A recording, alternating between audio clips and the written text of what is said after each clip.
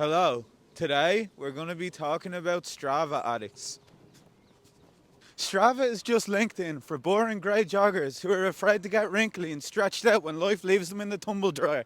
It's a fitness app that tracks your movements to show your NPC workmates that you actually leave the house on the weekend. While most regular people can use Strava in moderation without any serious health consequences, like running a half marathon every 3 days, there are those two so determined to prove to everyone how healthy of a work-life balance they have that they'll obsessively run around in circles for hours on end. A bit like a prisoner. Strava addicts are highly driven, which doesn't really make sense because they run everywhere. Strava addicts are the 21st century's clapback to the American dream. If the American dream drank Lucozade Sports and woke up every day at 4 a.m. These recovering Protestants... Slow down! These recovering Protestants turned away from their Calvinist roots, trading their belief in God for a trust in technology, because their smartwatch has never let them down before, unless it runs out of battery, or gets left in a sauna steam room, or it falls into a disgusting smoothie that they force themselves to slurp. When you tell a Strava addict that they cycle too much, they'll just start backpedaling so they can work their leg muscles again. Many who have succumbed to the Strava have no idea that they're deep in addiction. They say the Nile is the name of a river in Egypt, but it's also the name of a river that they swam in as part of a triathlon that they won.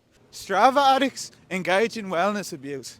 Maybe they should lay off the hard stuff and do something more rewarding and less challenging, like heroin.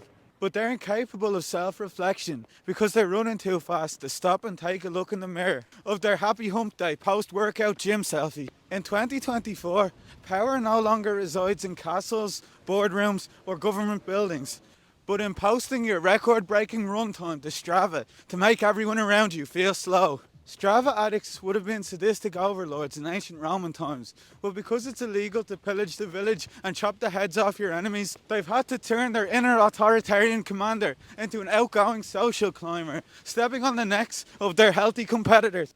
What are you doing? Turn around, you fool. Through the gamification of self-development, Strava addicts drown out the real world in digital praise and clapping emojis. But if they received more kudos from their caregiver growing up, then they wouldn't need it on the... Slow down! Then they wouldn't need it on the app from a self-proclaimed mental health guru / life coach who keeps an eye on their profile and definitely wants to drink their bath water.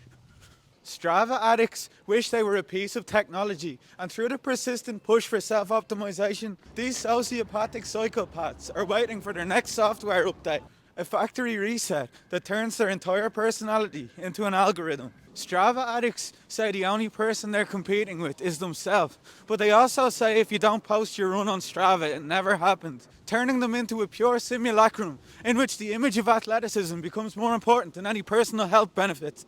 If Strava addicts ever stop exercising and see this video, they won't walk, they'll run to the comments section. Because if they slow down, they might catch their breath, get a stitch, realise how tired they are and then instantly die.